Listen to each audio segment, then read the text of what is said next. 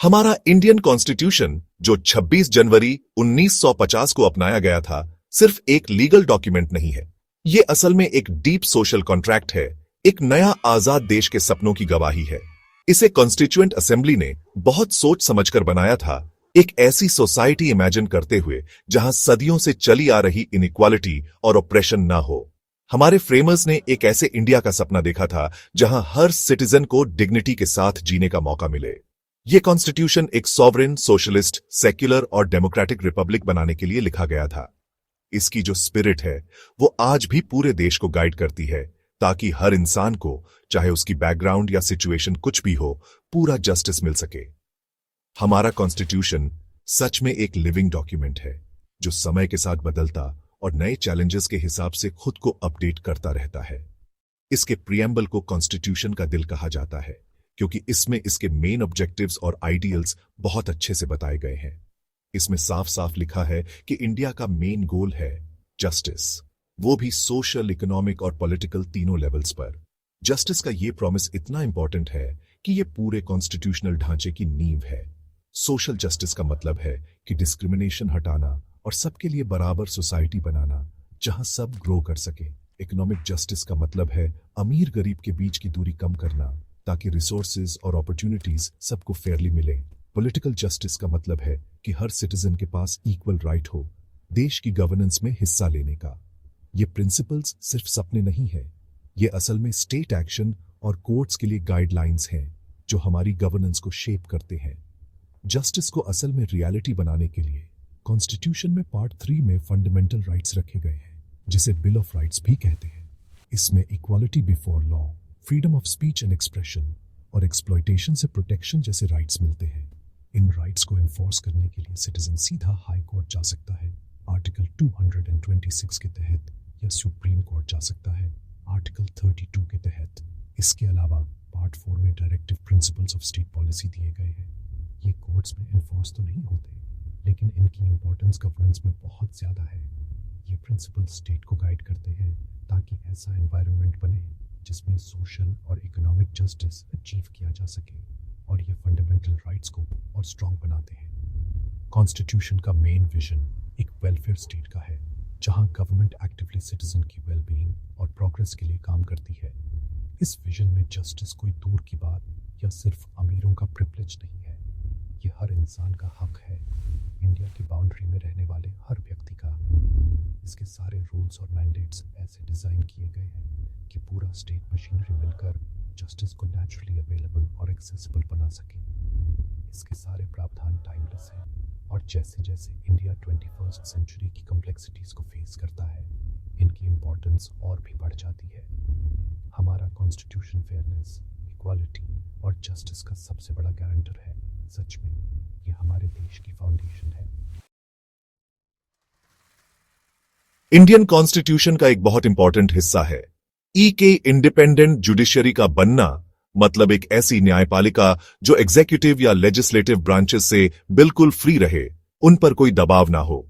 Judiciary की ये independence हमारे संविधान में अलग अलग तरीकों से सिक्योर की गई है, जैसे जजेस की जॉब सिक्योरिटी और सैलरी फिक्स होना, ताकि वो बिना किसी डर या फेवर के बिल्कुल निष्पक्ष तरीके से जस्टिस दे सकें। ऐसी ऑटोनॉमी जरूरी है क्योंकि इसी से ही इंपार्शियलिटी आती है, और वही किसी भी अच्छे और भरोसेमंद जुडिशियल सिस्टम की पहचान है। जुडिशरी की इंडिपेंडेंस से ही पॉसिबल होता है कि वो डिस्प्यूट्स में एक न्यूट्रल रेफरी बन सके, और हर सिटीजन को, चाहे उसकी सोशल पोजीशन कुछ भी हो, पैसा हो या पॉलिटिकल पावर, सबको लॉ के सामने बराबरी मिले। जुडिशरी की ये इंडिपेंडेंस रूल ऑफ लॉ को अपहोल्ड करने के लिए और जस्टिस सिस्टम में पब्लिक का ट्रस्ट बनाए रखने के लिए फंडामेंटल है। इंडियन जुडिशियल सिस्टम का स्ट्रक्चर भी बड़ा क्लियर है। सबसे ऊपर है सुप्रीम कोर्ट ऑफ इंडिया, फिर हर स्टेट में हाई कोर्ट्स, और उनके नीचे डिस्ट्रिक्ट और लोकल लेवल की सबऑर्डिनेट कोर्ट्स का नेटवर्क है। यह पूरा स्ट्रक्चर इसलिए बनाया गया है ताकि जैसे जैसे नीचे जाएं, कोर्ट्स आम लोगों के और करीब आ जाएं, जस्टिस और एक्सेसिबल हो। सुप्रीम कोर्ट सबसे आखिरी अपील का कोर्ट है और कॉन्स्टिट्यूशन का फाइनल इंटरप्रेटर भी है। हाई कोर्ट्स अपने अपने स्टेट्स में काम करते हैं, और सबऑर्डिनेट कोर्ट्स ज्यादा केसेस, मतलब ग्राउंड लेवल की ज्यादातर लिटिगेशन हैंडल करते हैं। यह सिस्टम इसलिए है ताकि पूरे देश में लॉज की एप्लीकेशन यूनिफॉर्म और कंसिस्टेंट रहे और लोगों को लीगल सर्टेनिटी मिले। इंडियन जुडिशरी की सबसे खास बात यह है कि इसमें इंक्लूसिविटी बहुत स्ट्रांगली कॉन्स्टिट्यूशनल विजन का हिस्सा है। मतलब हर सिटीजन को जस्टिस मिले, ये इंश्योर किया गया है। कॉन्स्टिट्यूशन का आर्टिकल 39A तो क्लियरली कहता है कि स्टेट को फ्री लीगल एड देनी चाहिए ताकि कोई भी सिटीजन सिर्फ पेज या किसी और प्रॉब्लम की वजह से जस्टिस से वंचित ना रहे। इसी मैंडेट की वजह से नेशनल, स्टेट और डिस्ट्रिक्ट लीगल सर्विसेज अथॉरिटीज बनाई गई हैं।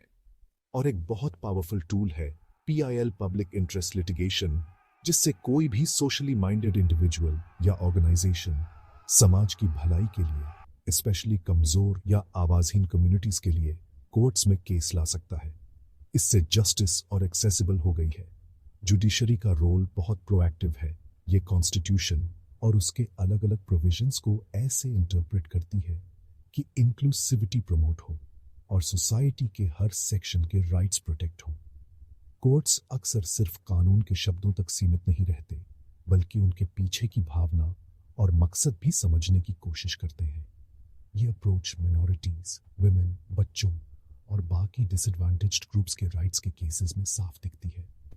लॉ की एप्लीकेशन को निष्पक्ष, सही और बराबर बनाकर जुडिशरी बार बार ये साबित करती है कि संविधान का कमिटमेंट एक इंक्लूसिव सोसाइटी के लिए है। ऐसी सोसाइटी जहां हर इंसान की डिग्निटी और राइट्स रिस्पेक्टेड और प्रोटेक्टेड रहे। इससे हमारी डेमोक्रेसी और स्ट्रांग होती है। इंडियन जुडिशियरी के पास एक बहुत इंपॉर्टेंट और जिम्मेदार काम है, हमारे संविधान का सबसे बड़ा इंटरप्रेटर और प्रोटेक्टर होना। जुडिशरी के पास जुडिशियल रिव्यू की पावर है, जो बहुत जरूरी है। इसका मतलब यह है कि सुप्रीम कोर्ट और हाई कोर्ट्स ये देख सकते हैं कि संसद या राज्य सरकार ने जो भी कानून बनाए हैं या सरकार ने जो भी एक्शंस लिए हैं, वो संविधान के हिसाब से सही हैं या नहीं।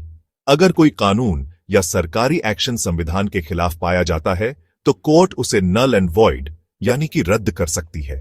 यही मैकेनिज्म लेजिस्लेटिव और एग्जीक्यूटिव ब्रांचेस पर एक स्ट्रांग चेक रखता है, ताकि वो अकाउंटेबल रहे और संविधान की बाउंड्रीज में ही काम करें।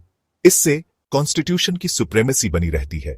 जुडिशरी का सबसे बड़ा और इंपॉर्टेंट काम है फंडामेंटल राइट्स की प्रोटेक्शन, जो हर सिटीजन को कॉन्स्टिट्यूशन के पार्ट 3 में मिले हैं, जैसे right to equality, freedom of speech and expression, freedom of religion और right to life and personal liberty.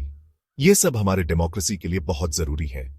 Courts हमेशा अलर्ट रहते हैं और जैसे ही स्टेट या कोई पावरफुल एंटिटी इन राइट्स में दखल देने की कोशिश करती है, कोर्ट्स तुरंत एक्शन लेते हैं। सुप्रीम कोर्ट के पास आर्टिकल 32 और हाई कोर्ट्स के पास आर्टिकल 226 के तहत रिट जुरिस्डिक्शन है, जिससे लोग सीधे अपने राइट्स के लिए कोर्ट जा सकते हैं और जल्दी रेमेडी मिल सकती है। जुडिशरी का यही प्रोएक्टिव एटीट्यूड इंडिविजुअल लिबर्टी को प्रोटेक्ट करने के लिए बहुत जरूरी है। कॉन्स्टिट्यूशनल रोल के अलावा जुडिशरी हर तरह के डिस्प्यूट्स को सॉल्व करने में भी सेंट्रल रोल प्ले करती है, जैसे civil matters, property, contracts, criminal cases और एडमिनिस्ट्रेटिव लॉ के इश्यूज। जुडिशरी एक फॉर्मल, स्ट्रक्चर्ड और इम्पार्शियल फोरम देती है, जिससे इंडिविजुअल्स, स्टेट या स्टेट्स के बीच के कॉन्फ्लिक्ट्स पीसफुली सॉल्व हो सकें। कोर्ट्स एस्टैब्लिश्ड लॉज को हर केस के फैक्ट्स पर अप्लाई करते हैं, जिससे रूल ऑफ लॉ बना रहता है, और यही सिविलाइज सोसाइटी की फाउंडेशन है। डिस्प्यूट रेजोल्यूशन से न सिर्फ जस्टिस मिलती है, बल्कि सोशल ऑर्डर, स्टेबिलिटी और पब्लिक पीस भी मेंटेन होता है। जुडिशरी एक और इंपॉर्टेंट काम करती है, लॉ को डेवलप करना प्रेसिडेंट डॉक्ट्रिन के थ्रू, जिसे स्टेयर डिसीजंस भी कहते हैं। सुप्रीम कोर्ट और हाई कोर्ट्स के जजमेंट्स पूरे देश की लोअर कोर्ट्स के लिए बाइंडिंग होते हैं, जिससे लॉ कंसिस्टेंटली और प्रेडिक्टेबली अप्लाई होता है। जजेस अपने इंटरप्रिटेशन से लॉज को समय के हिसाब से बदलते रहते हैं, ताकि सोसाइटी की जरूरतें और वैल्यूज लीगल सिस्टम में रिफ्लेक्ट हो सके। जुडिशरी के जजमेंट से लॉ इवॉल्व होता है और जस्टिस हमेशा रेलेवेंट और इफेक्टिव बनी रहती है। लॉयर्स यानी एडवोकेट्स, जो इंडिया में कोर्ट की ऑफिसर्स माने जाते हैं, उनका मेन काम सिर्फ अपने क्लाइंट्स को रिप्रेजेंट करना नहीं होता, बल्कि वो कोर्ट को भी हेल्प करते हैं कि जस्टिस सही तरीके से और बिना किसी तरफदारी के हो। लॉयर्स एक इंपॉर्टेंट ब्रिज की तरह काम करते हैं, जो आम लोगों को, जो लॉ की कॉम्प्लेक्सिटीज नहीं जानते, उन्हें लीगल सिस्टम से कनेक्ट करते हैं। उनकी स्पेशल नॉलेज, जैसे कि कानून की बुक्स, केस लॉ और कोर्ट के रूल्स बहुत जरूरी है ताकि केस को सही तरीके से हैंडल किया जा सके। इसी वजह से लॉयर्स की हॉनेस्टी और उनकी स्किल जुडिशरी के सही काम करने के लिए बहुत इंपॉर्टेंट है, ताकि इंसाफ सिर्फ हो ही नहीं बल्कि लोगों को दिख भी सके कि इंसाफ हो रहा है। उनका रोल सच की तलाश और कानूनी प्रिंसिपल्स को फॉलो करने से जुड़ा हुआ है। लॉयर्स की बेसिक रिस्पॉन्सिबिलिटी है कि वो अपने क्लाइंट की तरफ से पूरी मेहनत और ईमानदारी से कानून के दायरे में उनका केस पेश करें। इसके लिए वो केस की अच्छे से तैयारी करते हैं, आर्ग्यूमेंट्स को ढंग से रखते हैं और कोर्ट में सबूत भी सही तरीके से पेश करते हैं। उनकी एडवोकेसी की वजह से हर पार्टी को अपनी बात कहने का मौका मिलता है और कोर्ट भी उनकी स्टोरी को ध्यान से सुनती है। कोर्ट में दोनों तरफ की बातें जब खुल के होती हैं तो सच सामने आता है और इंसाफ मिलता है। किसी भी केस का रिजल्ट काफी हद तक लॉयर्स की क्वालिटी पर डिपेंड करता है, इसलिए एक अच्छी लीगल प्रोफेशन होना जरूरी है। बार काउंसिल ऑफ इंडिया और स्टेट बार काउंसिल्स लॉयर्स को रेगुलेट करने का काम करते हैं। ये बॉडीज रूल्स बनाते हैं कि एडवोकेट्स का प्रोफेशनल कंडक्ट कैसा होना चाहिए और अगर कोई लॉयर इन्हें तोड़े तो उनके खिलाफ एक्शन भी लेते हैं। साथ ही ये लोग लीगल एजुकेशन भी चेक करते हैं ताकि लॉ कॉलेजेस में स्टूडेंट्स को सही ट्रेनिंग मिले। जब बार काउंसिल्स हाई स्टैंडर्ड्स और एथिक्स को मेंटेन करते हैं तो ये लॉयर्स की ईमानदारी और इज्जत को बनाए रखते हैं। यह सेल्फ रेगुलेशन इसलिए भी जरूरी है ताकि पब्लिक का ट्रस्ट लॉयर्स और लीगल सिस्टम पर बना रहे और प्रोफेशन के अंदर भी अकाउंटेबिलिटी हो। सिर्फ अपनी क्लाइंट्स की केसेस ही नहीं, लॉयर्स की एक और इम्पोर्टेंट सोशल रिस्पॉन्सिबिलिटी भी है कि वो जस्टिस सबके लिए एक्सेसिबल बनाए, खासकर गरीब और ज़रूरतमंद लोगों के लिए। काफ़ी लॉयर्स प्रो बोनो काम भी करते हैं, यानी बिना पैसा लिए उन लोगों की हेल्प करते हैं जो फीस अफोर्ड नहीं कर सकते। वो लीगल एड स्कीम्स में भी हेल्प करते हैं जिससे मार्जिनलाइज्ड और कमज़ोर लोगों को भी कानूनी मदद मिल सके। जस्टिस सबको मिलना चाहिए, सिर्फ पैसे वालों को नहीं। यही उनका मेन पर्पस है। उनकी ये एफर्ट्स बहुत लोगों के लिए जस्टिस का गप कम करते हैं। सेक्शन 5, नींव में दरारें, कोर्ट्स में इंफ्रास्ट्रक्चर की प्रॉब्लम्स। इंडिया में बहुत सारे कोर्ट बिल्डिंग्स, खासकर डिस्ट्रिक्ट और सबऑर्डिनेट लेवल पे, काफी पुराने हैं और कई जगह तो हालत बहुत खराब है। इन बिल्डिंग्स में जजेस, कोर्ट स्टाफ, लॉयर्स और रोज आने वाले इतने सारे लोगों के लिए सही से जगह भी नहीं होती। जगह की ये प्रॉब्लम और बिल्डिंग्स की खराब हालत कोर्ट की गरिमा और उस माहौल पर असर डालती है जिसकी जुडिशियल प्रोसेस में उम्मीद होती है। आज के टाइम में कोर्ट कॉम्प्लेक्सेस का मॉडर्नाइजेशन और पुराने स्ट्रक्चर्स की रिनोवेशन बहुत जरूरी है। साथ ही नए अच्छे से इक्विप्ड बिल्डिंग्स बनाना भी जरूरी है ताकि सही माहौल मिल सके जस्टिस देने के लिए। कोर्ट की फिजिकल सेटिंग मतलब माहौल बहुत बड़ा रोल प्ले करती है जस्टिस की डिलीवरी और उसके परसेप्शन में। कोर्ट रूम्स और जजेस के लिए चैम्बर्स की कमी वैसे ही हर जगह दिखती है और यही कारण है कि केस का बैकलॉग बढ़ता ही जा रहा है। जब कोर्ट रूम्स ही कम होंगे तो केस आगे बढ़ेंगे ही नहीं और डेट पर डेट मिलती रहेगी। साथ ही बेसिक फैसिलिटीज जैसे कि वेटिंग एरिया, साफ सुथरे वॉशरूम्स और सही से चलने वाले कैंटीन, ये सब चीजें या तो हैं ही नहीं या बहुत खराब हालत में है। इसका असर सबसे ज्यादा उन लोगों पे पड़ता है जो पूरे दिन बस अपने केस की सुनवाई का इंतजार करते रहते हैं। इन बेसिक इंफ्रास्ट्रक्चर की प्रॉब्लम्स को सॉल्व करना बहुत जरूरी है ताकि कोर्ट्स ज्यादा एफिशिएंट और यूजर फ्रेंडली बने।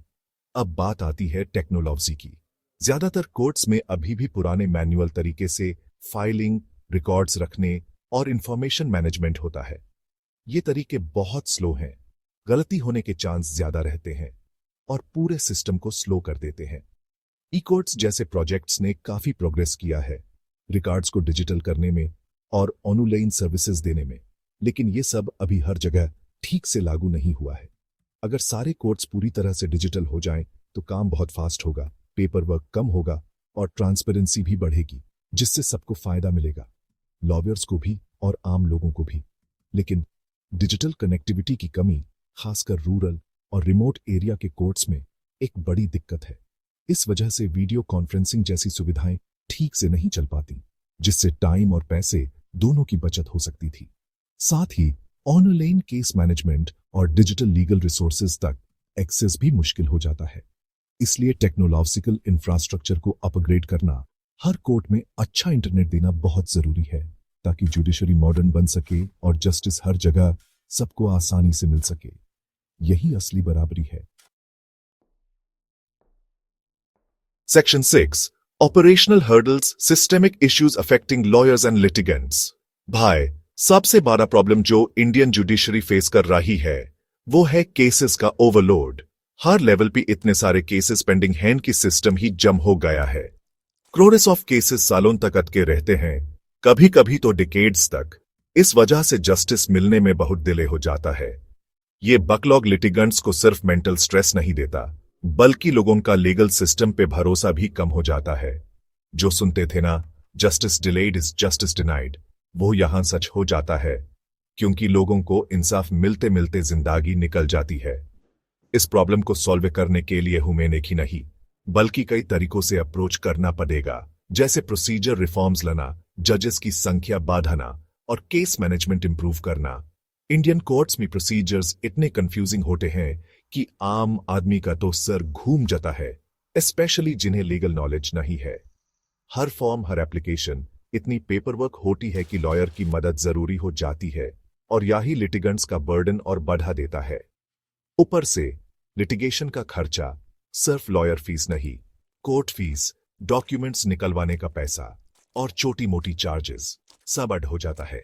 ये एक्सपेंसेस गरीब लोगों के लिए तो बहुत बड़ा बैरियर है। इस वजह से काफी लोग जस्टिस तक पहुंच ही नहीं पाते, जबकि कॉन्स्टिट्यूशन कहता है कि सबको बराबर का इंसाफ मिलना चाहिए। एक और मेजर प्रॉब्लम है जजेस की कमी, चाहे वो लोअर कोर्ट्स हो, हाई कोर्ट हो या सुप्रीम कोर्ट। जजेस पे काम का प्रेशर इतना ज्यादा है कि वो केसेस जल्दी निपटा ही नहीं पाते। जजेस की अपॉइंटमेंट्स भी टाइम पे नहीं होती और सैंक्शन स्ट्रेंथ भी पॉपुलेशन के हिसाब से कम है, इसलिए बैकलॉग और बढ़ जाता है। इसीलिए जल्दी से जल्दी क्वालिफाइड लोगों को जज बनाने का प्रोसेस फास्ट करना जरूरी है, और टाइम पे देखना भी चाहिए कि जजेस की स्ट्रेंथ सफिशिएंट है या नहीं। लॉयर्स, स्पेशली जो नए एडवोकेट्स हैं, उनके लिए भी काफी चैलेंजेस हैं। उनको सीनियर्स से प्रॉपर गाइडेंस मिलना मुश्किल होता है, स्टार्टिंग में इनकम भी स्टेबल नहीं होती और वर्किंग कंडीशंस भी बहुत टफ हैं, लॉन्ग आवर्स, स्ट्रेस, सब कुछ। इससे लीगल रिप्रेजेंटेशन की क्वालिटी भी अफेक्ट होती है, खासकर उन क्लाइंट्स के लिए जो एक्सपीरियंस्ड लॉयर्स अफोर्ड नहीं कर सकते। इसीलिए जूनियर लॉयर्स के लिए सपोर्ट सिस्टम्स बनाना, बेटर वर्क लाइफ बैलेंस लाना और उनको फेयर पेमेंट देना इंपॉर्टेंट है, ताकि लीगल प्रोफेशन में टैलेंट दिख सके और पब्लिक को अच्छा लीगल सपोर्ट मिले।